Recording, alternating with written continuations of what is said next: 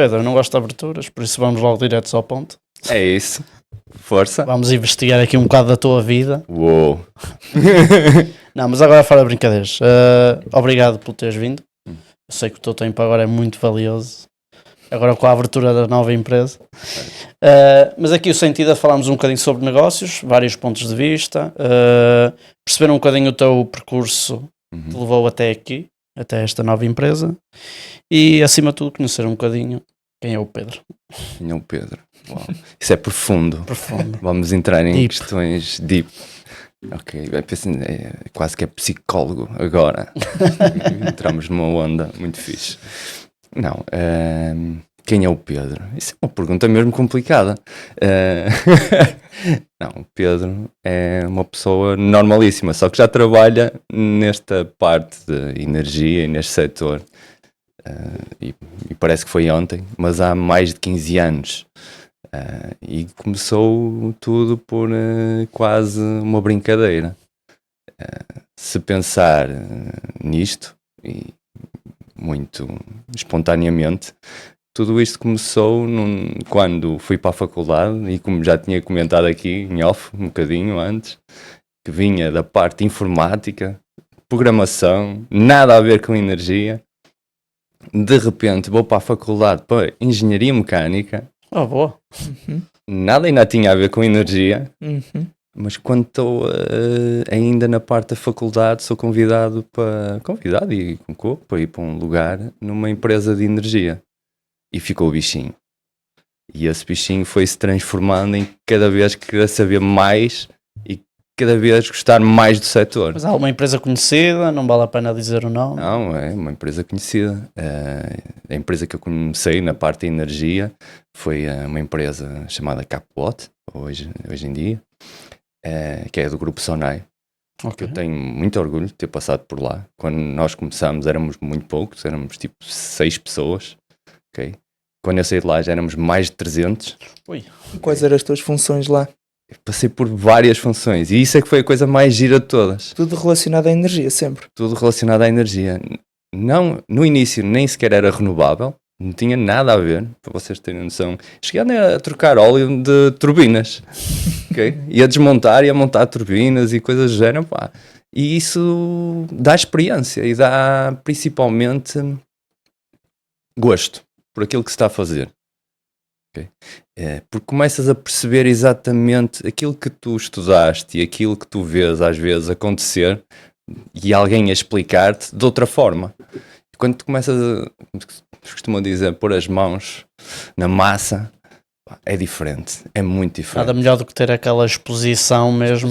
E uma exposição grande, porque de repente um rapaz que estava na faculdade, que trabalhava em part-time em coisas completamente diferentes, passei por um negócio em que, por exemplo, o primeiro projeto valia mais de 7 milhões de euros como gestor de projeto, e a partir dali foi crescendo, fui aprendendo, como tudo, com erros, como sempre, pelo caminho, só que esses erros foram importantes também para evoluir e para poder, principalmente, perceber aquilo, o que não se quer à frente. Eu acho que isso é muito importante. E podemos falar também do Pedro depois, mais passado uns anos atrás, quando inclusivamente fui sócio de uma empresa, e estava como diretor-geral da empresa, e criei uma comercializadora e a parte de produção que deu origem a tudo o que está agora. Mas foi importante perceber que, muito para além das nossas ideias e daquilo que nós queremos fazer, é muito importante quem está connosco. Okay? E as bases todas que nós temos para trás. E às vezes todos aqueles erros que nós cometemos antes passam a ser mais-valias para o futuro. Porque também já não os vais cometer outra vez, não é? Sim, assim, podes cometê-los. Sim, mas às vezes acontece. Às vezes erros acontece a toda a gente. Mas há uma coisa muito interessante, que é, tu começas a perceber que o que é que eu não estou disposto a fazer. E ao mesmo tempo, o que é que tu queres fazer e estás disposto a fazer. E a ganhar essa resiliência. Eu acho que é o mais importante nesta parte empresarial e neste mundo empresarial, independentemente se é energia ou não. é tu seres resiliente e ires atrás e ter vontade e querer conquistar, ter objetivos. Pá, e vais ter muitas portas que se vão fechar e vais ter muitas portas que se vão abrir e vais ter muitos nãos. 90% Não nãos. é garantido. Pá, mas deixas de ter medo de levar com não. E quando tu deixas de ter medo de levar com não, pá, é incrível. Porquê? Porque tudo é uma oportunidade para ti. E uma oportunidade de melhorar e uma oportunidade de tornar aquilo que tu estás a criar numa coisa ideal quase na tua cabeça. Isso é muito, muito bom. Eu acho isso bastante interessante no sentido de que quando tu perdes o medo do não, começas a olhar para as oportunidades de outra maneira, porque há certas oportunidades que às vezes estão à frente dos teus olhos e como tu estás com aquele medo de levar com o não, nunca na vida vais lá meter as mãos, não é? Sim. Isso é uma das coisas fundamentais. Por exemplo, ao dia 2 na empresa que estou como CEO e criámos agora a Supernova, que é nova, Supernova. Fica já aí o aviso. Fica já o aviso. Grande empresa criada agora e que Próximo para mim unicórnio. é o próximo unicórnio de Portugal na área de energia, mas sem dúvida, eu acredito nisso, piamente. Da EDP.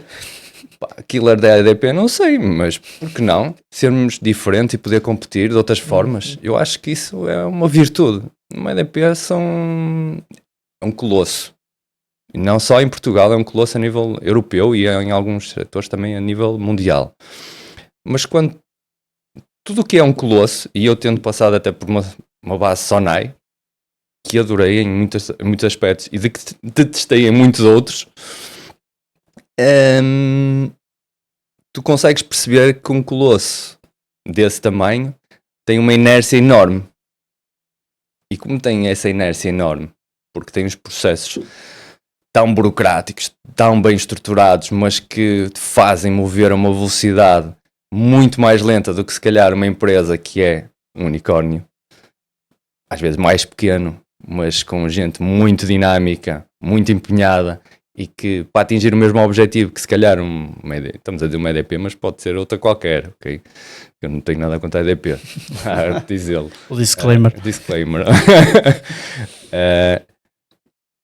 Tu consegues atingir as coisas muito mais rapidamente, mas isso é normal. Eu vejo as coisas assim, é muito normal. A agilidade no mundo dos negócios e então no setor da energia que está completamente a ser alterado, não é 360 porque senão volta ao mesmo sítio, não é? Como toda a gente diz, mas 180. A velocidade é tão grande, o setor está a alterar, está-se a movimentar tão depressa, que se tu não fores ágil o suficiente, se não fores rápido, se não tiveres novas ideias, se não trouxeres coisas novas para cima da mesa, vais-te perder. E vais ser apenas mais um no mercado e mais um que não vai trazer valor acrescentado. E valor acrescentado para quem? É valor acrescentado para os teus clientes, para os teus colaboradores, para os teus shareholders também. Isto depois tudo é um ecossistema. Mas para isto acontecer, para trazer esse valor acrescentado, tens de ser muito ágil. Muito, muito ágil. Por exemplo, falas aí em um mercado que está constantemente a mudar e cada vez mais. O que é que se traduz as mudanças no setor da energia? O setor da energia, e falo isto desde o que acompanho há mais de 10 anos atrás e até podemos fazer um comparativo antes disso. Okay? Tens um setor de energia que era muito tradicional, que vamos a mais de 10 anos, há 100 anos atrás, ou 50 anos atrás, Portugal, tu tinhas um setor que tinhas uma produção centralizada, tinhas uns consumidores, e tu sabias muito bem o que é que tu ias produzir, para quem é que tu ia consumir. E uma coisa ia crescendo com a outra, muito segmentado, muito bem definido, só uma operadora, uma rede, tudo muito bem delineado. Isto, claro, faz com que tu consigas ter muita estabilidade e depois também consigas fazer crescer a tua própria rede de forma relativamente sustentada. No entanto, com o andar do tempo, foste entrando novos operadores, liberalizaste o mercado, logo aí, como deixaste de ter, como estávamos a falar, média P, como toda a gente a conhece, e toda a gente ainda continua a ver da mesma forma, quando tu tens um problema em casa, tu dizes, tem que ligar para a EDP. Não é EDP, é redes, ou é outro provedor qualquer, mas em princípio é redes que te trata desses problemas.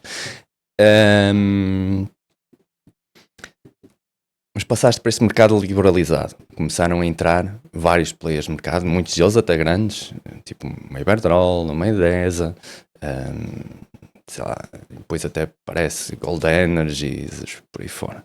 A partir daí começa o mercado liberalizado, mas com pequenos players, em que entra-te, por exemplo, uma Lisboa, uma Energia Simples, pequenos comercializadores, ok?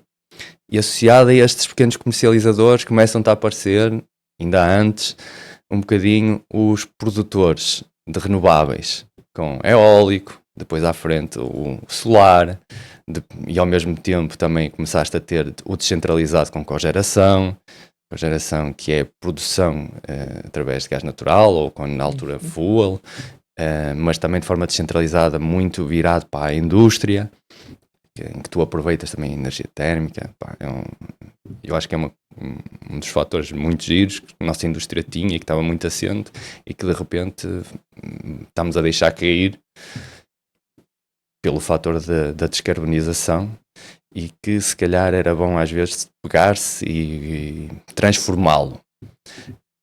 Depois disto tudo, começas a ter muito solar descentralizado, as UPACs, depois começas a ter agora baterias, depois veículos elétricos, e agora como é que tu geres isto tudo? Quando tu tinhas um sistema todo posto em cima do mesmo. Okay? Tu tens a tua gestão de rede, a tua gestão destes tráfegos de energia foi evoluindo, mas não foi acompanhando a mesma evolução do resto da produção e dos consumos, porque deixaste de ter um consumo completamente flat, um consumo em que muito tradicional, para passar a ter uma coisa que é completamente volátil. Passaste a ter empresas que estão completamente indexadas a um mercado que foi criado, o Mibel, com o OMIE, que tens preços às vezes zero, outras vezes altíssimos, de 180 euros por megawatt, coisas do género.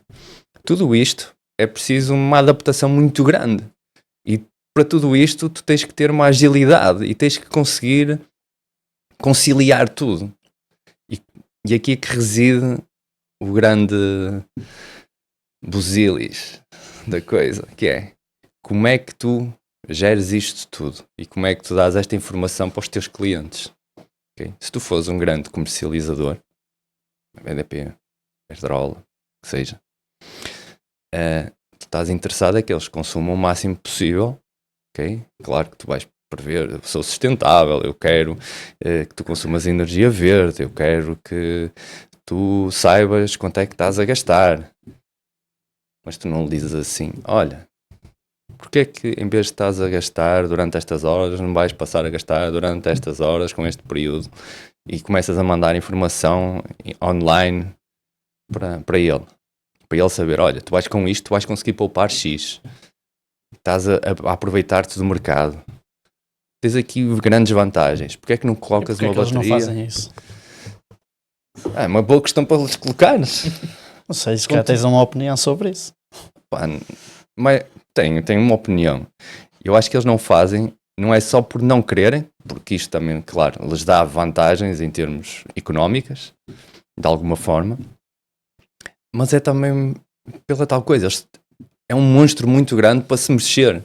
Não são ágeis. Não são ágeis o suficiente. E eles, quando chegarem a esse ponto, já vai estar lá 3, 4 players que já lhes comeram uma parte do mercado.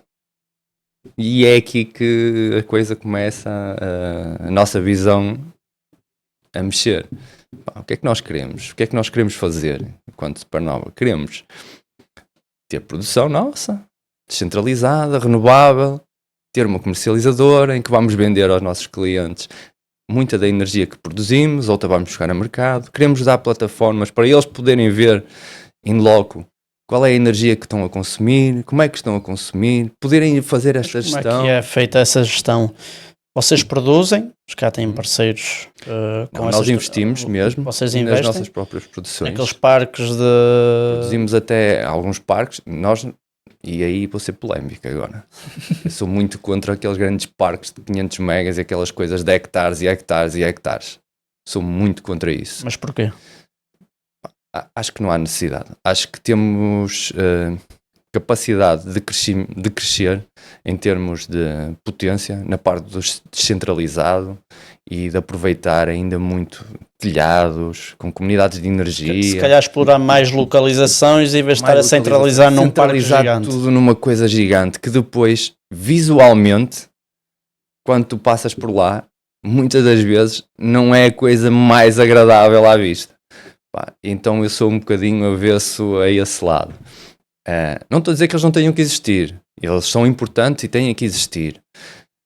Agora, um país como Portugal,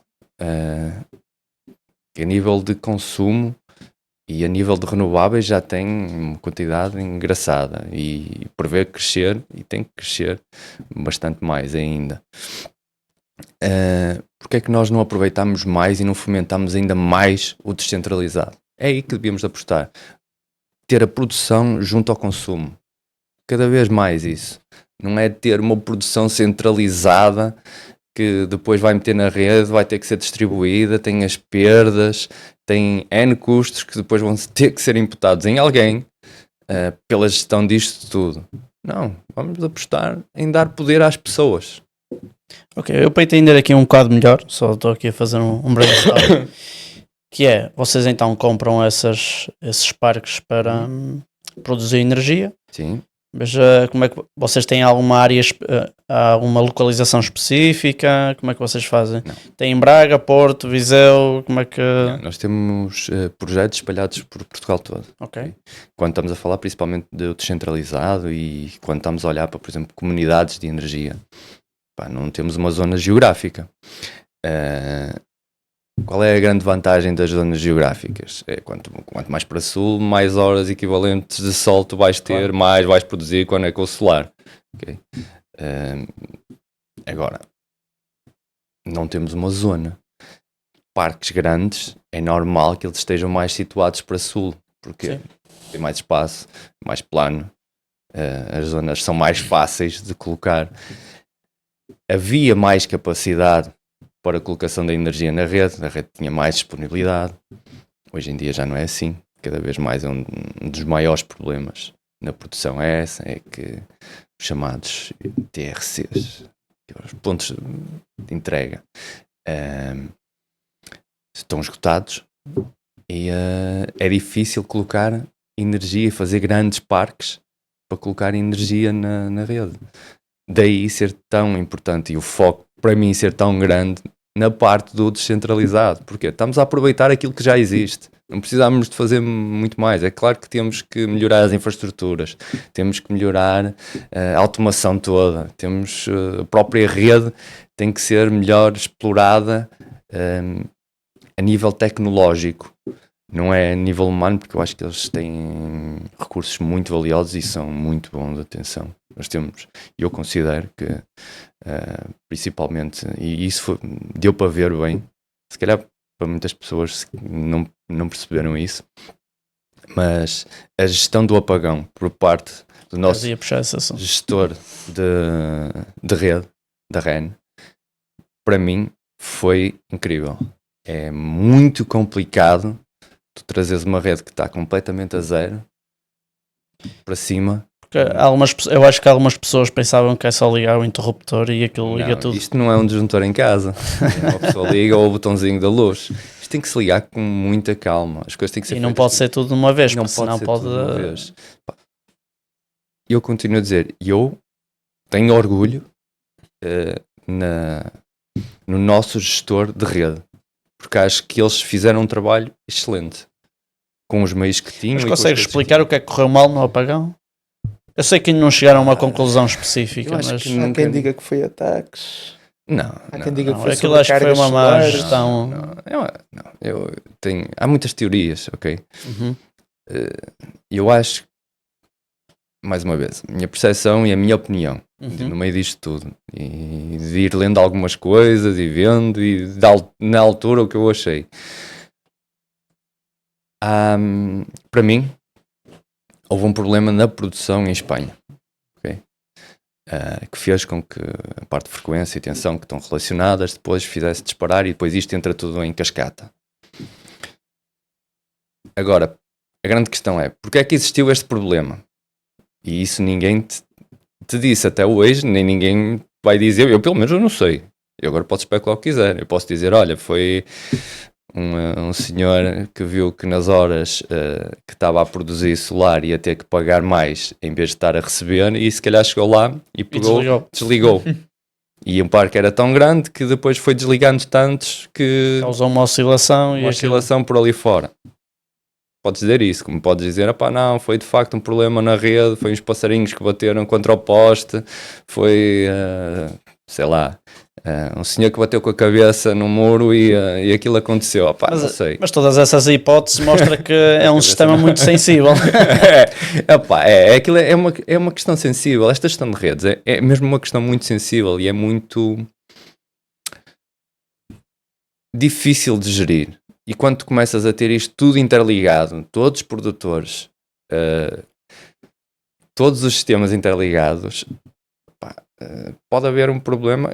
Queres que te cause um apagão de um dia para o outro? Vou-te dar assim basta um chinês numa fábrica, numa grande produtora de inversores, lá na China, se lembrar e dizer, carregar no botão desligar, E aquilo está e tudo desliga todos os sincronizado. inversores todos que estão em Portugal. E salta-te de repente tudo o que é solar da rede. E a tua rede aguenta? Não sei, não. eu acho que não. E se calhar vais ter outro apagão. Isso é possível de acontecer? Os chineses desligarem tudo? Possível é. Mas assim é um sistema muito, muito sensível. O sistema elétrico é um sistema sensível. Apesar de toda a robustez que tem sido colocada em cima dele, okay, e de tudo o que tem sido desenvolvido, é um sistema que é sensível. E é sensível à base de milissegundos. E à base de coisas muito pequeninas. Agora, tem backups e tem capacidade de resposta. E cada vez mais tem que ter essa capacidade de resposta. O que é que falta, se calhar, ao sistema Portugal-Espanha? E Portugal até nem é muito mau, porque tem essa capacidade em termos de baterias com a parte das hídricas, ok? Não está completamente explorado em termos de, se calhar, o que poderia estar, mas tem alguma capacidade, e temos visto isso até agora com as cheias, com as chuvas todas que tiveram, os temporais, Cannons, etc. Conseguimos armazenar muita energia para depois utilizá-la à frente. Okay? E as próprias centrais, com as bacias que têm, podem reter energia durante algum tempo para depois utilizarem. E podem gerir qual é a potência que estão a colocar de alguma forma, com limites sempre. Centrais de ciclo combinado que são a gás natural, igual, conseguem fazer isso. Quando tu entras nas renováveis, estou a falar solar, eólico, ainda não tens isto. E aí tem que entrar sistemas de baterias, okay? Estacionárias, que agora estão a ser promovidas muito, mas até chegarmos ao ponto que vamos ter um sistema capaz e robusto o suficiente para dar aqui algum fôlego, vai demorar.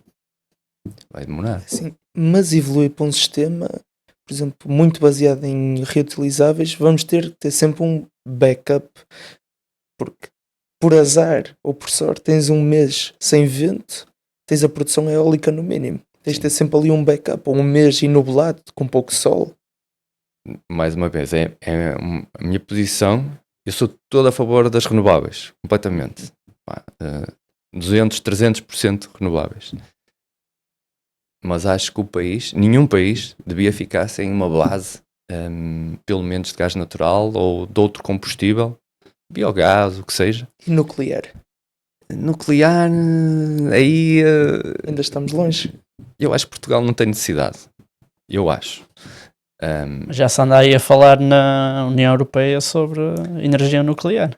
A França tem muito investimento. A França tem muito investimento, a França produz muito dos grandes reatores nucleares, a França está a produzir reatores nucleares para o sistema elétrico inglês.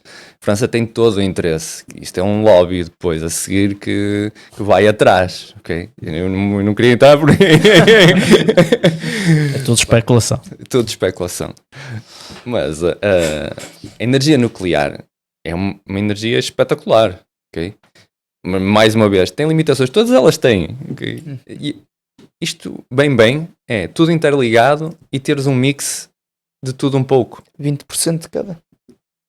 Mais ou menos. Mais ou menos. Isso depois depende muito, mas tens de ter um mix.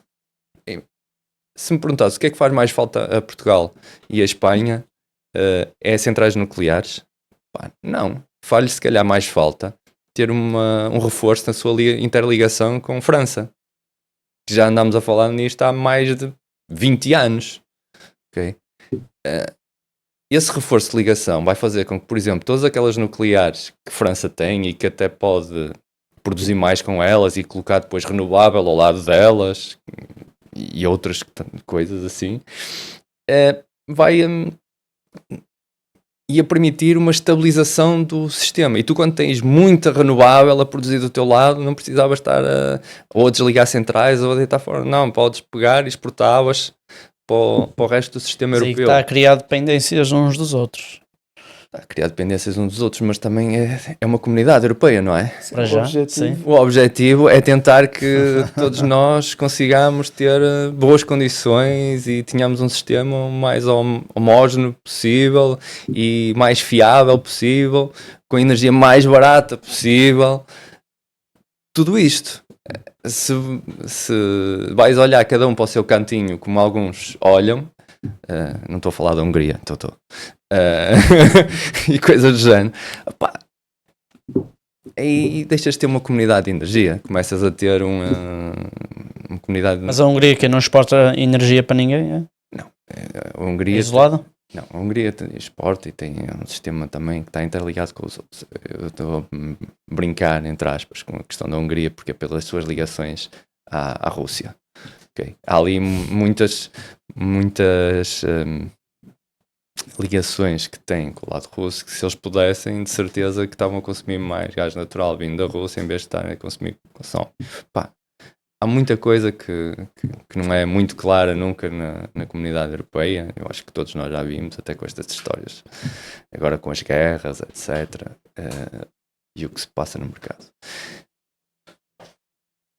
Mas a minha visão é esta: devia ter mais interligações, apostarmos mais nas renováveis e se calhar optimizarmos ainda mais a parte nuclear onde ela já existe, até melhorando a mesma. Não é para mim necessário criarmos uma central nuclear para Portugal. Não faz sentido, nós não temos dimensão para isso. Okay? Sim, e a estrutura que nós temos agora é o suficiente para o nosso país. Senão, não é? Há uma questão muito clara: quem é que vai pagar isso? Pagamos todos. É que quando tu mexes na rede, ou quando fazes um investimento, ou quando tu fazes uma central dessas grandes, alguém vai ter que pagar. Normalmente é o consumidor final. Ela não vai entrar em mercado como as outras entram, porque são investimentos estratosféricos que têm paybacks alargados e, como tal, tem que ter ali uma tarifa garantida mínima para poderem entrar na rede. Para terem isso, mais uma vez, alguém vai ter que pagar.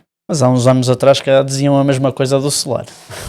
O solar entrou com tarifas garantidas. Não só o solar, a cogeração, o eólico, todos eles. Mas quando tu tens uma nova tecnologia, uma tecnologia que não é madura, é normal que isso aconteça. Para quê? Para promover a própria tecnologia e para promover a descida do preço dela, para massificá-la. Sim. Ok?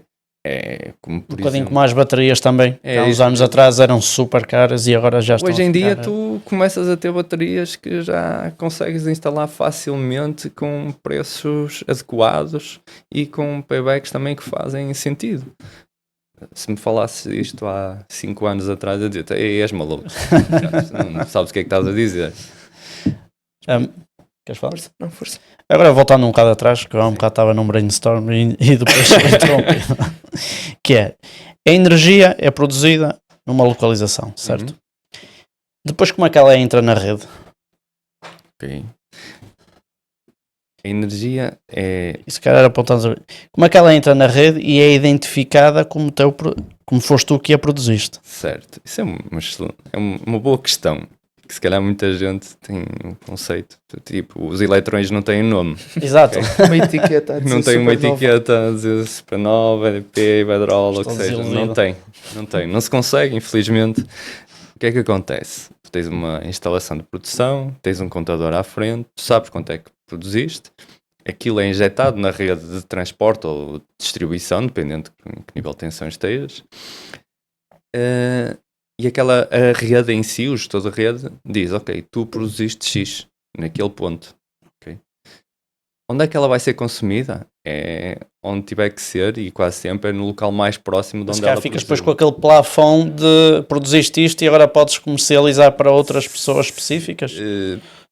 Não é bem assim, não é bem assim, mas pronto, o que tu fazes é venda em mercado, ok? E fazes uma conjugação entre aquilo que tu produzes que estás a vender e aquilo que tens de consumidores que estás a comprar.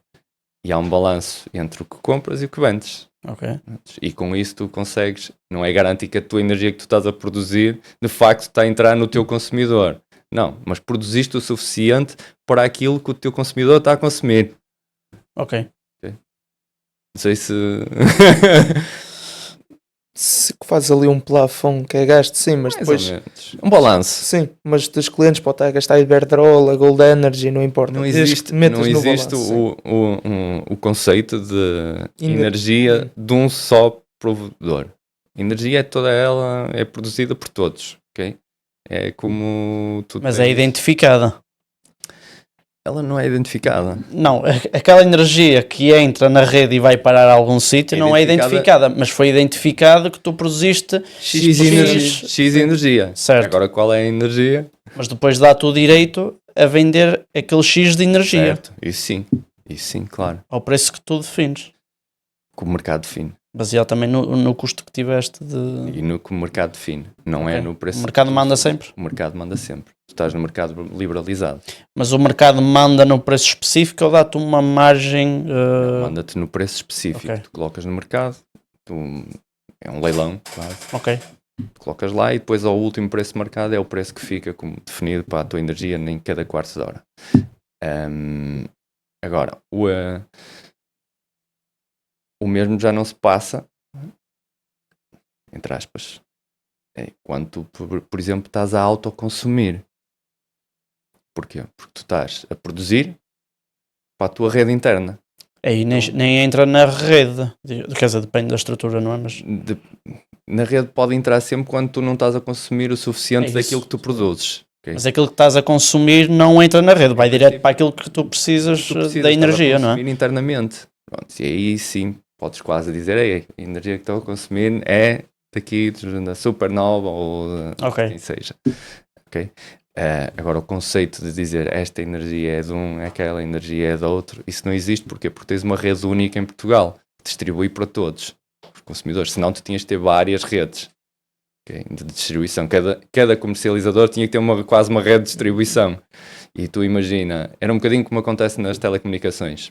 Queres trocar da Vodafone. Mas aí já não funcionava muito bem. Pronto, estás a ver? Imagina, queres trocar a tua casa, está com Vodafone, queres passar para nós, fibra. Okay? Tem que ir lá um senhor, tira-te a fibra de um, passa a fibra há umas do outro. partilhado. Não sei se até a Vodafone e a nós é partilhado, mas a meu que acho que é distinta, por exemplo, das dos outros. Eu estou a mandar ver dessa sim, parte, eu não sei, mas sei que ele vai lá quando uma pessoa pede em casa, tem que ir lá alguém trocar isso, certo?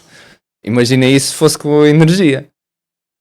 Tinha que andavas num posto, a passar cabo, depois vinha outro, passava cabo e depois tinha... Assim ninguém mudava. Isto fazia a primeira instalação. Talvez. Porque os preços cá também iam ser outros. Mas, por exemplo, essa questão dos preços eu ainda não entendi. Tu és obrigado a vender a X valor ou és obrigado consoante ao que os teus concorrentes também vão vender? o mercado, Uhum. tu colocas uma oferta de mercado, Ao valor que queres. ao valor que queres, 100 euros por watt. Podes fazer isso. o que tu quiseres. Uhum. Metes, por exemplo, 100 euros por megawatt-hora, todas as horas do dia, o que seja. Depois vai haver o outro lado, que é o lado da procura, que também vai estar, na parte da comercialização, a fazer ofertas. E diz assim, mas eu só compro também uma certa quantidade. Até imagina que a quantidade é a mesma, para ser mais simples. Mas eu só compro se for 80 euros por megawatt. Não casa uma coisa com a outra. Então há outro produtor que também está no mercado e que colocou lá a dizer que eu ponho uma oferta a 70 euros por megawatt. A oferta dele vai casar com o resto de tudo. Exato. E é o último preço que entrou. E é um preço mais baixo. E vai ser esse preço. É um cruzamento de duas linhas que vai marcar o preço de mercado. Então quem faz mais barato obriga os outros a vender mais barato. Sim. De certa maneira, não é? De certa maneira. De certa Não há maneira, sim. diferencial. E tem a ver também com a parte do consumo. Se tens muita procura ou se não tens muita procura para a quantidade que estás a produzir. Por isso é que nas horas solares, porque é que o preço de mercado indexado vai a zero. Tens muita produção E pouca procura? e a procura não é suficiente para essa produção. Okay? Então o teu mercado vai a preço zero. Ok, aí faz sentido. E porque é que à noite é ao contrário? Ok, há muita procura. Há muita procura, as pessoas estão todas a chegar a casa, começa tudo a ligar. E a oferta já não é... E a oferta já não é mesmo, já não tens o solar, já só tens ou barragens, ou a importação, ou a hídrica, ou se não ciclos combinados, que o preço é mais caro do que é o solar. E como não tens tanta quantidade, são os produtores que estão a marcar o preço, não é o consumidor. Isto é sempre um balanço entre as duas coisas. Ok. Continuando. Supernova. Sim, mais interessante. Mais interessante. Não, está tudo ligado, Está tudo não é? ligado, Está tudo eu estou a ligado. brincar. Até vocês produzem e depois comercializam. Aonde é que vocês estão a inovar neste momento? Nós estamos a inovar. Ou estão a tentar inovar? Porque vocês e não a Gold Energy EDP, o que já falámos? Primeiro, há uma coisa que nós temos, uma premissa base, que é nós queremos simplificar a energia e a maneira como as pessoas veem a energia. Como é que podemos fazer isto? Isto foi as perguntas que nós fizemos, porque senão íamos ser mais um, estás a dizer, porque não um destes grandes operadores. Para começar, ter uma abordagem muito digital e personalizada a cada um dos clientes. Depois, nós vamos fomentar que os clientes, além do que consomem, também produzam a sua própria energia localmente. Okay? E ao fazer isso, vamos fazer outra coisa, que é que ao dia de hoje nós pelo menos não conhecemos ninguém que o faça. Imagina, tu tens o teu consumo de energia em casa. Tu queres instalar em casa, não é o nosso setor, porque nós trabalhamos só no B2B, só na parte mesmo. E vocês é só B2B, não é? Sim, só B2B. Nós o B2C, pelo menos para já, não estamos a entrar, queremos estar bem focados no B2B. Na indústria. Na indústria, mas escritórios também, por exemplo. Também, PMEs, pequenos negócios, pá, aí sim, o nosso foco. O consumidor doméstico não é ainda bem o nosso foco, exatamente por isto que nós queremos montar. Depois a seguir, no próximo passo até pode vir a ser, e vai ser de certeza, mas não atualmente. Nós o que queremos é chegar a uma empresa em que ele até tem um telhado, não está a aproveitá-lo. Nós chegamos lá e dizemos assim, olha, eu vou-lhe instalar aqui fotovoltaico. O seu autoconsumo, você não vai gastar nada. Okay? Somos nós que investimos. A energia que vai proveniente desse fotovoltaico vai ficar um preço mais barato do que o preço que vem da rede. E o preço que vem da rede, nós vamos garantir que também vai ser uma das melhores ofertas de mercado. E você vai conseguir perceber as poupanças que tem tudo numa fatura final. Ao contrário do que acontece com outros provedores que fazem isto. Mas a empresa não paga a estrutura? Não paga... Só paga Estrutura, como assim? a instalação. Não, Não paga. não. Nós é que pagamos. Nem o equipamento, nem o painel, nem nada. Somos nós que investimos em Ok. tudo. Nós só precisamos ter autorização e ter as condições técnicas Certo. locais para podê-lo fazer. Nós fazemos isso. Ok? Fazemos esse investimento e no final do tempo de vida útil contratual dos equipamentos até entregamos a custo zero ao cliente. Ok. E ele vai conseguir comparar uma fatura que tinha antes de, vamos mandar assim para o ar, tipo 5.000 euros, que passou para 3.000. Poupou 2.000 euros Poupou ali 2.000 euros, sem ter que fazer nada, por mês. por mês. Ok? E passa a poder dizer, ok, além disto tenho energia verde, estou a contribuir. E se ele tiver excedente, o que nós queremos é que ele nos dê autorização para nós conseguirmos pegar nessa energia e fazer uma comunidade à volta para vender essa energia excedente que ele tem. Ok?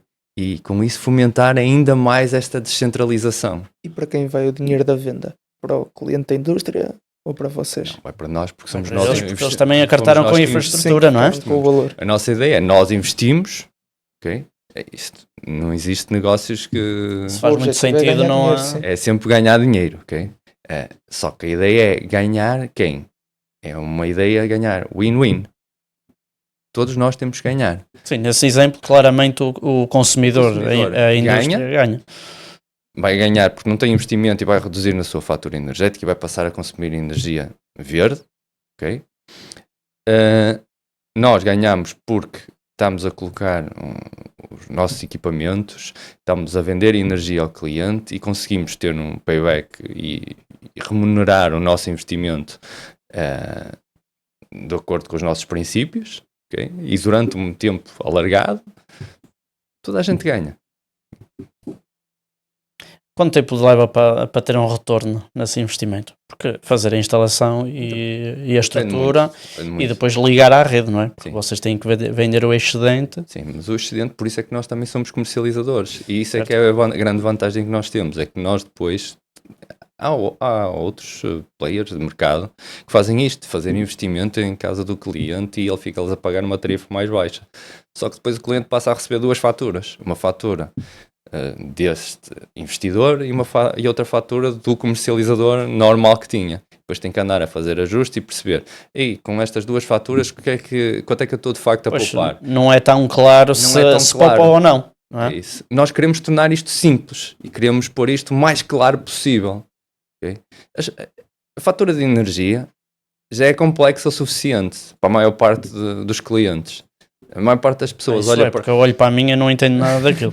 a maior parte das pessoas já olha para aquela fatura e diz assim: epá, o que é isto que eu estou a pagar? E o que é este termo de rede? O que é agora, por exemplo, os encargos de regulação? Porque é que isto acontece? São eles que são os chulos e só Exatamente, querem toda a gente é bandeira. sempre, os gajos mudei agora, eles são chulos e não sei o quê. Não tem nada a ver. Há sempre justificativo para isso. E eu acho é que até nisso é preciso as próprias comercializadoras e os próprios produtores e os players de mercado de energia aportarem mais informação ao cliente. E quanto mais informação tu lhe des e quanto mais o ensinares e lhe mostrares o que é que está a acontecer com o mercado, mais perceptível fica para ele de perceber o que é que está envolvido. Um caso muito específico. Isto depois do apagão, o que é que aconteceu? Tu tinhas um termo que antes não te aparecia nunca nas faturas de energia, que era encargos de regulação, que de repente passou a aparecer passado uns meses. Estás a falar de uma coisa que antigamente as comercializadoras assumiam, custavam 2 euros por megawatt, 1 euro por megawatt, 3 que fosse. No último mês ficou nos 40. Era mais caro os encargos do que a energia de mercado. E elas ou repassam isto para os clientes ou vão Mas começar porque a essa construir. taxa? Não é uma taxa, é um valor que está a ser cobrado por parte do operador de sistema para tentar manter a estabilidade do mesmo, por problemas que está a ter desde já da altura do apagão, mas não foi só por isso, é o próprio sistema que tem necessidade de regular, e com a entrada de mais renováveis e não teres baterias e estás a cortar também nas importações, N problemas também agora com as chuvadas, etc. Pá, fez com que o valor fosse subindo progressivamente. E é crítico. Eu, por exemplo, eu não vi aí na ERSA vir explicar a ninguém o que é que se está a passar.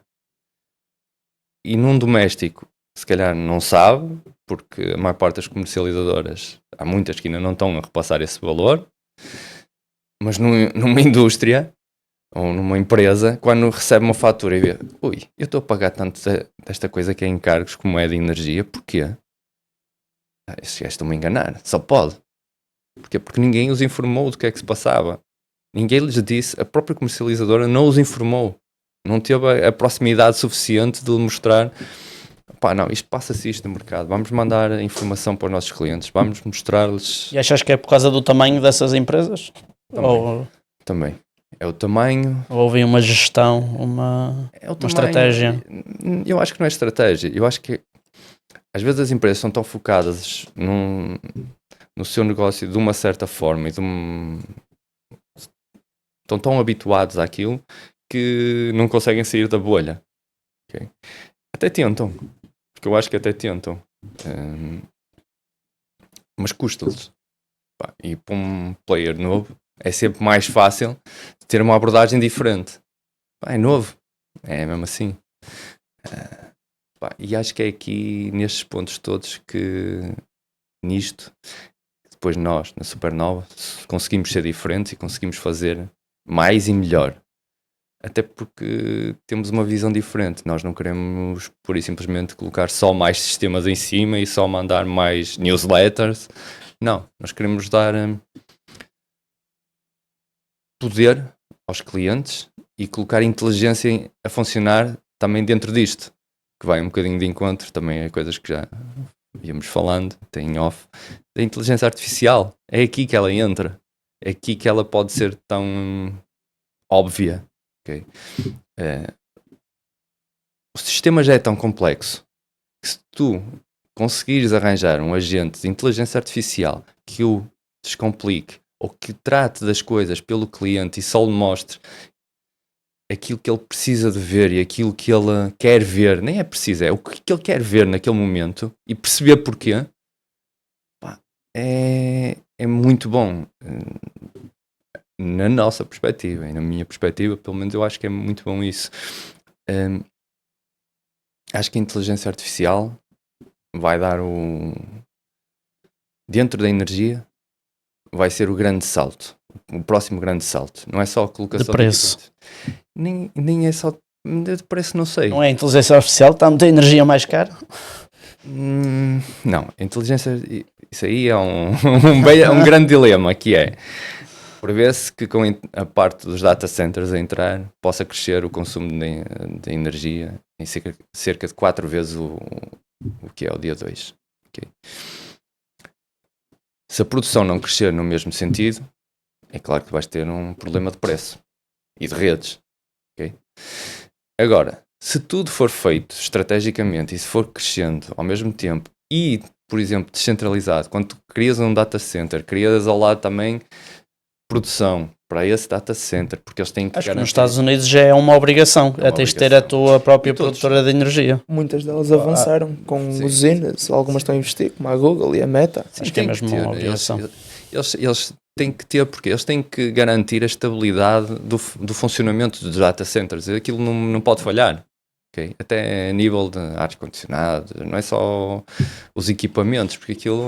E o consumidor também não pode ser assim afetado com isso, não é? Claro, de repente a gente fica sem energia por causa de um data center. Mas tudo isto vai dar-se. Agora, o que é que deve de acontecer? É as coisas evoluírem ao mesmo tempo. Haver necessidade de irem concorrentes. Okay? Se isso acontecer, vai ser bom para todos. Todos. Para os produtores, vai ser bom para os consumidores, para as comercializadoras, para toda a gente.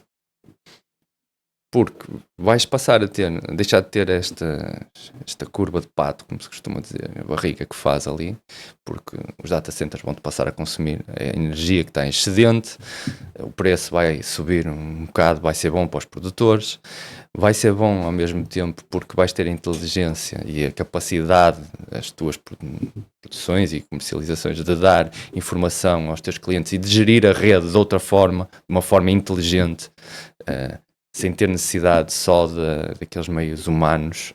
Okay? Optimizar a gestão da energia é isto.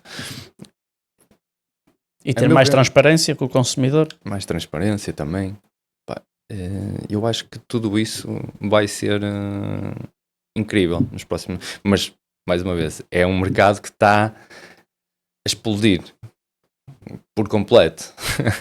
E acho que não há ninguém, ao dia 2, que te diga assim, isto daqui a 5 anos vai ser desta forma. Não. Pelo menos eu não sou capaz de dizer. Sim, para dizer, daqui a 5 anos acabou o solar. Acabando os apoios do Estado. Os apoios do Estado neste momento não são necessários para nada no solar. Pois não sei, também não estou nesse ramo. Mais uma coisa polémica. Eu sou contra os apoios do Estado para o solar. Acho que ao dia 2 não faz sentido. O solar já tem um preço, ou tens outras já existe formas, uma estrutura que já não é preciso isso. A nível privada, que te permite tu colocares o solar de forma acessível, sem teres necessidade de ter ajudas por parte do Estado. Okay? Até é contraproducente. Por exemplo, quando muitas vezes tu vês uns PRRs, não tanto, mas aqueles vales de eficiência, etc. Se forem só para o solar, tu vais ver as pessoas, em vez de investirem em solar, que se calhar até poderiam, não investem, não, eu vou esperar, que vem aí agora ao fundo, não sei o quê, vai dar aqui 90% e vai-me pagar e eu não preciso estar a investir. Tudo bem, mas estás a pagar energia mais cara, aquilo, em vez de pagares os 5.000 euros, tu podias estar a pagar os 2.000 ou 3.000. Porque é que não investes ou não deixas outro investir e tens já a poupança? Não, mas o Estado vai-me dar o dinheiro para eu pagar isto. Está bem, então espera, e vais continuar à espera mais 1 ano, e mais 2, e mais 3. E depois quando aquilo aparece, mas isto é uma burocracia de todo tamanho, não consigo dar resposta porque já estão-me a pedir. Então afinal, queres uma coisa ou não queres? Às vezes torna-se contraproducente o dar o financiamento. O financiamento faz todo sentido quando são novas tecnologias que tu precisas fomentá-las. Quando é uma tecnologia, ainda precisam de validação, não é? Quando é uma coisa já madura, como é o solar, não faz sentido. Não faz mesmo sentido. Tu, em tua casa, se quiseres colocar nos painéis solares, tu consegues ter um payback deles em 3 anos, 2 anos, dependendo da tua tarifa e do teu consumo, mas é fácil isso. Num doméstico. 3 anos é muito tempo. Depende da perspectiva de cada um, não é? Sim. Mas já não existe, então, mais que evolução é que pode haver numa tecnologia estabelecida como os painéis? Não, existe muitas coisas que ainda se pode ir fazendo. Por exemplo, tinhas os painéis tradicionais, normais, aquilo que tu vias, monofaciais, agora já tens os bifaciais, que aumenta a eficiência. Por cada painel tu produzes muito mais do que o que produzias há 5, 6 anos atrás. Há 5, 6 anos atrás tu produzias tipo 300 watts por painel, 300 watts pico. Ao dia 2 tu consegues ter quase 600 e muitos, é quase o dobro. Uhum. E a tecnologia vai evoluindo, os painéis também vão evoluindo. Agora, por exemplo, tu consegues ter painéis, se não gostas de ter aquele frame de cinzento, consegues ter os painéis todos pretos em casa, mais bonitinhos, para não ficar... E um telhado solar, eu vi esse conceito da Tesla. Acho que estamos todos à espera de ver ainda. Opa, eu pelo menos eu gostava de ver isso. É que estamos à espera e não fazemos nós? Não te sei responder a isso. Não te sei responder a isso. Eu acho que tem a ver com a própria tecnologia é cara. E em termos de eficiência, aquilo que tu vais produzir por área que tu vais ocupar é muito menor do que é aquilo que tu consegues com um painel tradicional. Agora, se calhar, tal como foi com os automóveis, com os veículos elétricos, com a Tesla, quando eles introduziram, era caro, não havia estrutura de carregamento. É preciso volume, não é? Para baixar o preço É preciso alguém que às vezes aposte. Tem que haver um corajoso, um tolo. Depois outros. Sim, não chamo tolo, chamo aventureiro. Mas achei engraçado, pelo menos o que eles têm lá no site. Não, é muito engraçado, a ideia é boa. Não é só a Tesla que tem isso, atenção. Existe outros provedores. Não era a Tesla, aquilo era uma empresa que ele tinha investido na altura, sim, não foi? Sim. Tens outros, há na China, há sempre tudo na China. Sim, a China... China é aquele mundo em que, mesmo que não exista, se eles virem um que tenha sido feito, levam para lá e vamos copiar. E mais barato. Mais barato e melhor. Melhor, pronto, aí é discutível. Depende muito, muitas coisas. Mas eles tiveram muita influência no jogo solar, não é? Muita influência. Nos painéis solares foram eles que mudaram o jogo. Completamente. Nos painéis e nos inversores, que são os dois grandes equipamentos. O que é um inversor? O inversor é o que te faz a passagem de corrente contínua para corrente alterna, que é o que tu vais utilizar. Tu precisas ter sempre um inversor para poder utilizar a energia que é produzida nos painéis solares. Aquilo é DC-AC ou é AC-DC? DC-AC. DC-AC, ok. Sim, também tecnicamente às vezes falho, por isso. Se eu tiver a dizer alguma estupidez, olha... Os raios solares são DCs. São DCs. Mas, por exemplo, estamos a falar aqui muito da parte solar, também já demos assim uns toques na eólica, e a nível marítimo. Somos um país com uma grande área marítima, não dá para gerar eletricidade, não tem potencial.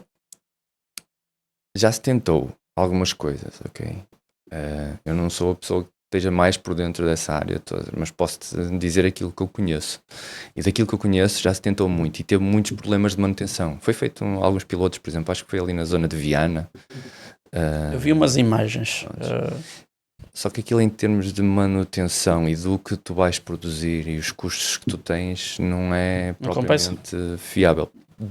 Dos dados que eu vi, ok?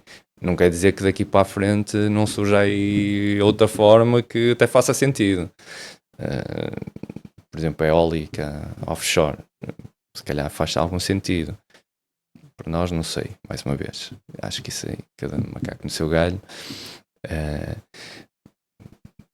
Estamos a falar de, mais uma vez, custos muito elevados que vão ser imputados mais uma vez ao sistema e alguém vai ter que os pagar.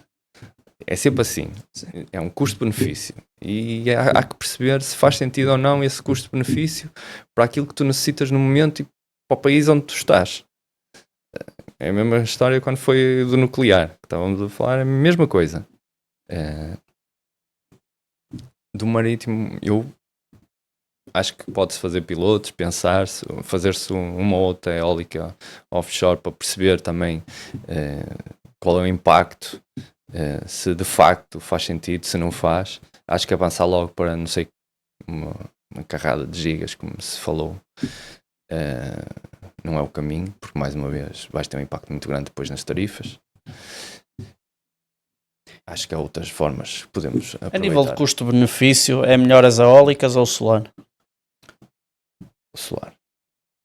Claramente. O solar tens uma tarifa mais baixa e um custo mais baixo em termos de investimento relativamente ao eólico. O eólico tem sempre um custo mais elevado. Certo, mas a nível da produção de energia... A grande vantagem do eólico é que tu produzes mais tempo, ou seja, mais horas durante o ano. Tens uma energia mais contínua. Solar não, solar é só durante o dia, não é? Havia aí uns tipos que conseguiam produzir à noite. Eu sempre ouvi dizer que mesmo à noite eles produzem, não é assim tanto como isso, mas há sempre ali um cheirinho, não? Zero? Não produzem à noite. Esquece isso.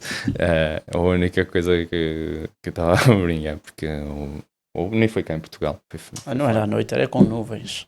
Com nuvens sim. Sim, é com nuvens, estava a confundir. Sim. Porque tem a ver com a radiação. Agora com à noite não. À noite havia uns tipos em Espanha há uns anos que... Energia lunar. Era energia lunar. Basicamente eles estavam a pegar, porque não tinham tarifas garantidas elevadas, pegavam na energia da rede e colocavam a passar e ganhavam dinheiro com isso. Mas já foi há uns anos valentes. Mas não faz sentido. A energia mais barata é a energia solar e descentralizada. Há de ser sempre a mais barata. Ponto. Para mim. Energia da supernova. Exatamente. De preferência. De preferência. lá com a Nós assinatura. até podemos ir ao cabo e colocar assim um logozinho, uma etiquetazinha. Por exemplo, falaste da inteligência artificial e depois acabou Uhum. por saltar, não tocámos muito nesse ponto. Disseste que a IA podia descomplicar o sistema atual, a rede atual. O que é que significa descomplicar o sistema? Pá, significa, tu tens tantas variáveis, tantos sistemas de produção, até já fomos aqui falando, tantas formas que te podem impactar, tanto no preço como no consumo, até a meteorologia, ok? Com a previsão do dia seguinte, etc. Que é muito complicado teres uma pessoa ou montares um sistema que não tenha uma inteligência por trás, que não esteja preparado para ler tudo isto e dizer qual é a melhor opção para cada momento. E quando eu falo em cada momento é quase ao minuto que vai passando. Seguinte. Mas é a melhor opção em que sentido? No sentido de optimizar tanto o consumo como o preço para o cliente. Okay?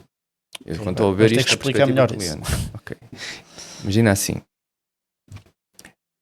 E isto já existe no mercado, que eu vou dizer. Tens uma indústria, tens painéis solares, tens baterias. Okay? Tu pegas no teu excedente e estás a colocar nas baterias. Quando é que tu vais utilizar a energia que está nas tuas baterias? Ou é um utilizador que vai ele definir quando é que está a utilizar, ou a que horas é que está a utilizar, ou quando já não produz com o solar, ou pode pura e simplesmente ter, e existe isto, okay? Uma inteligência artificial em que está ligada ao mercado e que sabe quando é que o preço está mais alto para vender, para estar a vender, e vai carregar quando ela está mais baixa. E depois joga. É quase um trading, não é? Estar aí a... Porque tu depois podes gerir isto de várias formas. Podes ter a inteligência artificial a ver, ok, eu vou gerir isto pelo preço, vou gerir isto pela fatura que eu sei que o meu patrão, não é?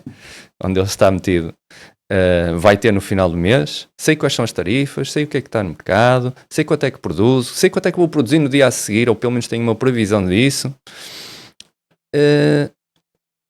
e vou decidir o que é que faço. Que é, vou pegar e vender quando está mais caro, vou pegar nesse excedente e introduzi-lo no consumo quando já não tenho o solar, vou pegar nesse consumo e reduzir, por exemplo, a potência para não pagar tanto de potência em horas de ponta. O que é que vou fazer? Vou utilizar outra coisa, por exemplo, que se fala cada vez mais, que é fazer serviços de sistema para a rede. O que é que eu vou fazer? Vais ter uma pessoa lá, cada minuto a fazer isto, um centro de controle para cada consumidor? Não. Tens que ter uma inteligência artificial que te pegue nisto tudo, descomplique, desconstrua e tome decisões baseadas em informação real. Okay? E que depois, ainda por cima, te é capaz de demonstrar qual é o resultado e a previsão desse resultado para o dia a seguir e mais à frente. É aqui que a inteligência artificial, para mim, principalmente no descentralizado, entra. Depois, na parte centralizada, que é na gestão da rede, do operador de redes. O operador de rede, ao dia 2, eu acredito que eles já devem ter algumas formas de inteligência artificial lá, e que já tenham alguns sistemas e bastante evoluídos, mas continuam a ter que ter muita coisa manual. Tem tem 2 centros de despacho em que tens que ter pessoas a tratar de várias coisas. Se calhar, com a inteligência artificial, tu consegues dar a essas mesmas pessoas mais informação, com mais qualidade, em tempo mais real, para ela tomar decisões melhores. É ser um copiloto, não é? Estar ali para ajudar e não substituir. Eu não gosto de copilot, mas pronto. Isso é que eu disse em português. Em português, exato. Estiveste bem. Por exemplo, disseste centro de despacho, o que é isso? Centro de despacho, olha, por exemplo, quando tiveste o apagão, foi no centro de despacho que tiveram a comandar as operações. São eles, pessoas, com montes de monitores, montes de sistemas interligados, à tua rede toda e aos teus produtores e grandes consumidores, em que te dizem assim, vai ligando, vai desligando, agora podes ir produzindo e aumentando a produção em X para começar a rede a estabilizar e a entrar energia. Aquilo foi a pouco a pouco que eles foram ligando na altura do apagão, não é? Não só pouco a pouco foram ligando, como a própria produção foi entrando pouco a pouco. Exatamente. Não é só ligar. Não é tal coisa. Tu ligas, por exemplo, uma central de ciclo combinado, por exemplo, aqui a Tapada do Outeiro, tu ligas, e demora a ligar porque não é um sistema fácil, complexo. Ligas, ela começa a produzir, mas vai produzir pouquinho, depois vai subindo aos pouquinhos. Conforme que ela vai subindo, tu vais dizendo aos consumidores, agora podes ligar esta parte da rede, só mais um bocadinho, agora podes ligar mais esta parte da rede. E sempre assim, devagarinho. Por isso é que é tão progressivo e demora tanto. Eu acho que não demorou assim tanto, porque ninguém ia conseguir, olha, liga tudo, máximo, agora liga tudo o resto, máximo. Não é possível. Pelo menos para já não. Aquilo foi tudo no mesmo dia, eu já nem tenho memórias disso. Isso foi tudo no mesmo dia, não? No mesmo dia. Mas na altura havia há sempre aqueles arautos de desgraça. Eu fui ao supermercado. Que dizem, isto vai ser uma semana ou mais, não sei quê, não sei quantos dias. Que esgotaram o papel higiênico outra vez. Exatamente. A malta muito gosta de papel higiênico. A água é que foi aquilo. Foi. Papel higiênico ainda não entendi. O mundo vai acabar, mas não pode faltar papel higiênico em casa, amigo. Tens que limpar o cu. Exato. Morremos, mas de cu limpo. Exatamente. Também compraram toalhitas? Por acaso, olha, é uma boa questão. Será que quando... São mais caras, não é? Mais caras, mas em tempos de desgraça, exato, vai tudo. Mas voltando, por exemplo, já que falamos da situação de apagões e gestões de rede, será que um dia vamos ter um sistema de inteligência artificial capaz de gerir o que se consome e o que se produz, mesmo em tempo real, do género, sabes que houve um down na produção, uma central foi abaixo, então cortas, se calhar, de uma zona residencial para garantirem hospitais? Isso já é possível. Já existe alguns sistemas desse género. Já existem sistemas assim automatizados. Não tem uma inteligência artificial, é tudo muito hardwire, digamos, mas já existe. Sim, em última instância tem que ser um humano a tomar a decisão, mas os triggers estão todos ali. Estão todos montados. Um threshold. E energia abaixo de X, corta as casas, deixa os hospitais. Sim, mas depois existem aí muitas variáveis. Imagina que num pico aquilo desce e de repente corta-te a energia toda do país. Não convém. Não pode ser. Mais perigoso aquilo que eu te disse, são chineses do outro lado do mundo carregar num botão. Desligar os inversores. Mais depressa isso acontece. Isso faz-me lembrar o escândalo da Huawei quando foi nos Estados Unidos. Pois. Em que eles tinham acesso a tudo. Pois, se calhar. Mas eles são sócios da EDP, por isso está tudo bem. É? Pá, não sei. Pá, eu acho a Huawei uma empresa incrível. Eles não vão desligar, senão a gente não paga. Atenção, eu acho a Huawei das empresas mais incríveis que existe. E das marcas também estão mais no solar. Estão. E fortes. Muito fortes. Eu posso dizer que de equipamentos solar, a Huawei, para mim, é dos melhores do mercado. Mas aí vê-se mais a nível da indústria, não é? E não só no residencial não se vê tanto o Huawei. Também tens no residencial. Se calhar não tanto, tem ali às vezes algumas limitações, mas pá, fiabilidade. Se me perguntares uma marca... Sim, já ouvi dizer que é a marca mais fiável. E nesta equação da energia, onde é que entram os carros elétricos? De certeza que vieram mudar aqui o panorama e muito. Mudam muito e vão mudar ainda mais nos próximos tempos. Isso quer ajudar, não? A transição para o A transição. Depende do ponto de vista. Obrigam a um aumento de energia. Obrigam a um aumento de energia, mas já pensaram que um carro, um veículo elétrico, também é uma grande bateria. E tu podes ter o vehicle to grid, em que tu estás a pegar na tua energia que está no teu veículo e espetar com ela na rede. Ok. Isto é possível já ao dia de hoje. Mas faz sentido. Porque é que eu vou tirar a energia do meu carro para espetá-la na rede? Depende. E buscar dinheiro? Imagina, no limite poderia ser isso. Mas, para ter estacionamento gratuito? Não, olha, vou-te dar um exemplo que se calhar pode parecer um bocado absurdo, mas se calhar até nem é assim tão absurdo. Imagina que és colaborador de uma empresa e a tua empresa dá-te um veículo elétrico, ok? Dá-te a possibilidade de carregar na empresa, ok? E tens um plafond para esses carregamentos. E tu chegas a casa e tens a possibilidade de utilizar essa energia que te foi paga pela empresa para alimentar a tua casa.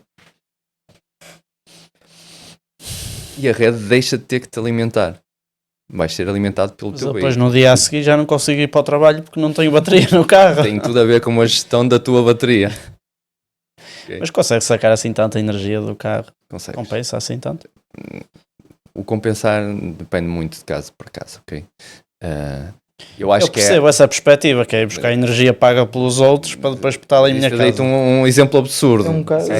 É o caso ideal. Ideal depende da perspectiva. Ideal para o colaborador, para o patrão é. Agora, eu acho que existe muitas possibilidades quando tu começas a olhar para o veículo elétrico como uma bateria com rodas. Um powerbank. É quase um powerbank. É um powerbank. Tu podes usá-lo para N coisas. Okay? Até para a parte de rede, até para absorver excedentes. Podes fazer muita coisa. É um dos próximos passos e é mais uma variável em cima de todo um sistema que já é complexo. Lá está. Se não metes aqui inteligência para gerir isto tudo, que vai ser o homenzinho lá da oficina que já faz tudo em um par de botas a fazer ainda mais isso? Não é? Porque as pessoas também têm o seu limite. E os dias têm 24 horas e não tem mais 24 para descansar, não é? Sim, agora está a entrar muitas variáveis em que tem que ser um sistema mais inteligente para fazer essa gestão toda. Claro, cada vez mais a energia tem que ser vista de forma digital e de forma simplificada e de forma mais autónoma possível, em que só dizes assim, o que é que eu quero fazer com ela? E depois tens um sistema que te trata disso e te dá os outputs relativamente ao mesmo. E tu consegues gerir a tua energia e a maneira como a consomes. E como a produzes idealmente. E é exatamente isto que nós queremos fazer na Supernova. Mas, por exemplo, falas aí de energia digital. É um dos motes da Supernova, a energia digital. Portugal sempre foi um país com uma certa inércia ao digital, ao software. Como é que tem encarado este approach? Eu sinceramente não sinto isso. Sinto cada vez mais. Eu percebo o que tu dizes, porque nós temos um tecido empresarial mais antigo que era muito contra o digital e muito relutante em ter coisas novas. Não, nós estamos habituados a fazer assim, vai ser assim que vamos fazer. Ponto. Mas isso é uma geração que está a ser substituída progressivamente. E quem não evoluir, morre. Morre, não Sim. literalmente. Certo. Também A morre nível literalmente, comercial. mas morre a nível comercial. E com esta evolução, estas pessoas que estão a ficar à frente destas empresas, cada vez mais te abrem as portas e querem isto. Não querem outra forma, não querem a coisa de fatura em papel e anda cá a assinar isto manualmente. Não querem. Querem coisas novas, porque conseguem perceber a mais-valia, porque já são gerações diferentes. Geração tem ali desde os 50 ou até 55, 60 anos para baixo, já tem um bocado deste mindset. Temos que ser mais digitais. Se calhar não são tão digitais como malta com 30 ou menos, ou com 20 ou menos, e cada vez mais vão ser mais ainda digitais.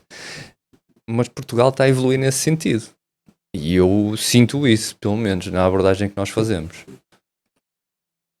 Sim, porque também, assim, de certa maneira eles estão a ser obrigados a mudarem para o digital, porque também se queres fazer negócios com outras empresas tens que entrar no digital, e nós na hora do almoço estamos a falar de que há certas empresas em que tu queres, por exemplo, emitir uma fatura ou isso para elas e vais ter que ir ao portal delas, fazer a submissão dessa fatura e preencher lá os dados e não sei o que mais.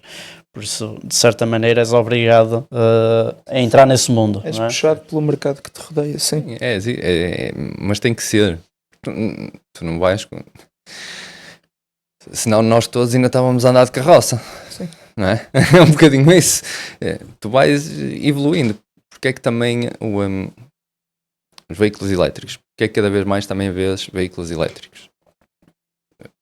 Porque os preços vão reduzindo, porque houve aqueles que foram os pioneiros, que foram entrando, a rede vai suportando isso, vais tendo infraestruturas para tal, depois de guiares se calhar já não queres voltar ao anterior, depois depende muito do carro e de caso para caso, mas em termos de conforto, são carros mais confortáveis normalmente. É uma evolução normal e natural de toda a sociedade. E das empresas são pessoas, e se são pessoas elas vão evoluir com elas. Elas não podem ficar estagnadas. Todas aquelas empresas que ficam estagnadas normalmente desaparecem em pouco tempo. Okay?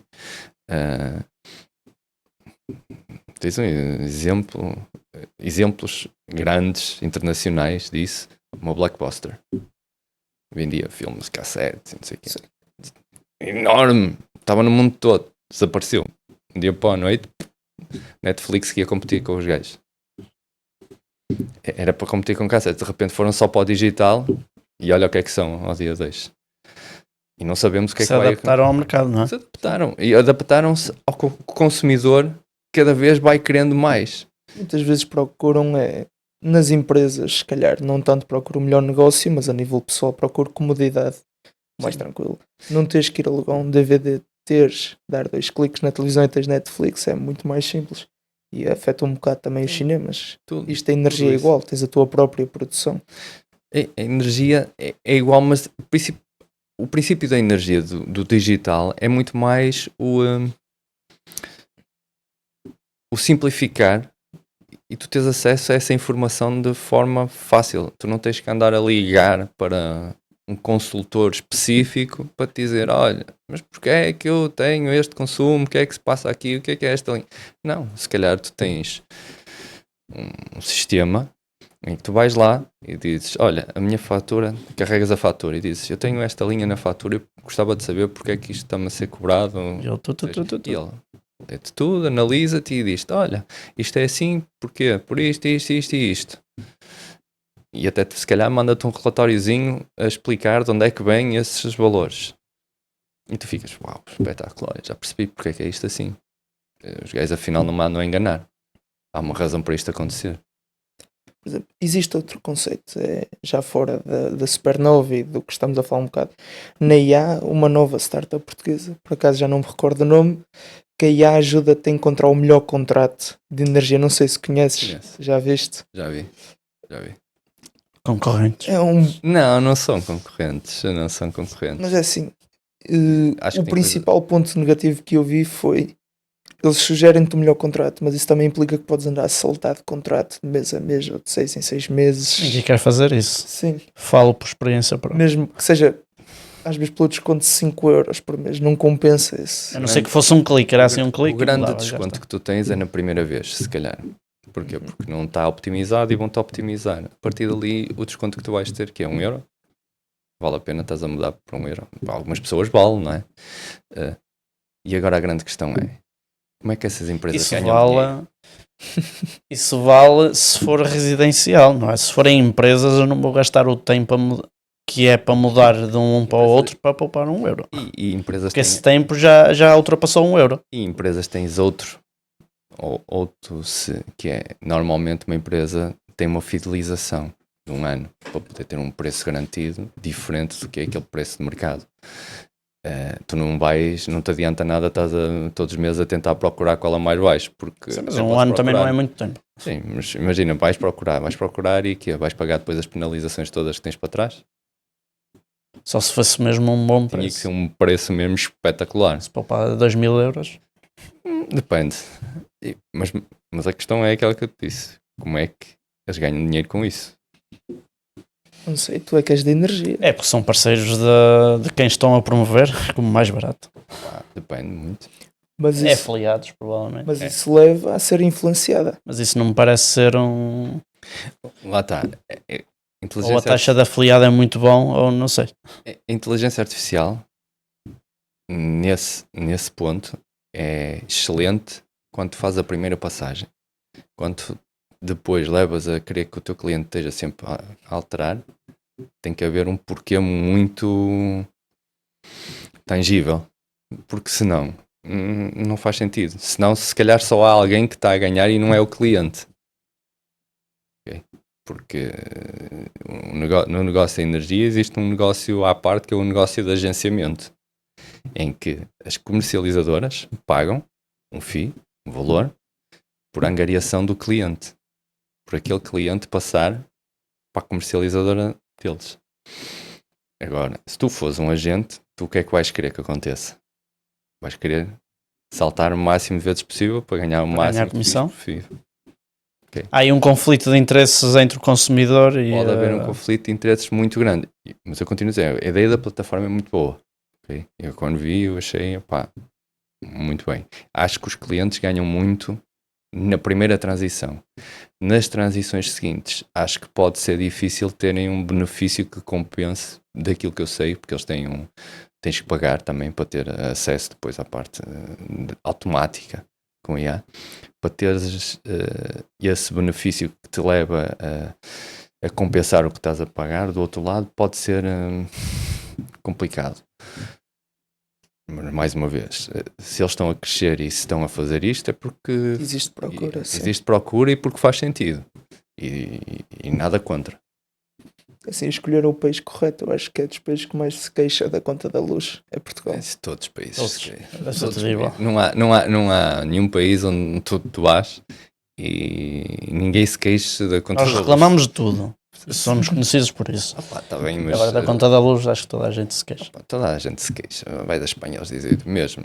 Tu aqui queixas também do gasóleo e da gasolina e agora com razão. Mas tu vais à Espanha, mesmo com os preços que estavam antes mais baixos, se falasses com um espanhol, queixava-se na mesma. É caro. É sempre caro. Tudo o que tu vais pagar é caro. Tudo que não seja zero é caro. Tudo não seja zero é caro. E para o português, então, tem que pagar, é caro. É típico nosso. Ora, 1h23. Vamos dar um rap? Vamos dar um rap, yeah. Pedro, obrigado por Nada. estás aqui e apresentar a tua empresa. E quem quiser poupar 2.000 euros por mês da conta da luz, mais? Como é que podem entrar em contacto com vocês? A forma mais simples é mesmo o nosso site, www.supernovaenergy.pt, e a partir de lá conseguem fazer tudo digitalmente. Disclaimer, não somos patrocinados. Pá, não. Para já. Okay.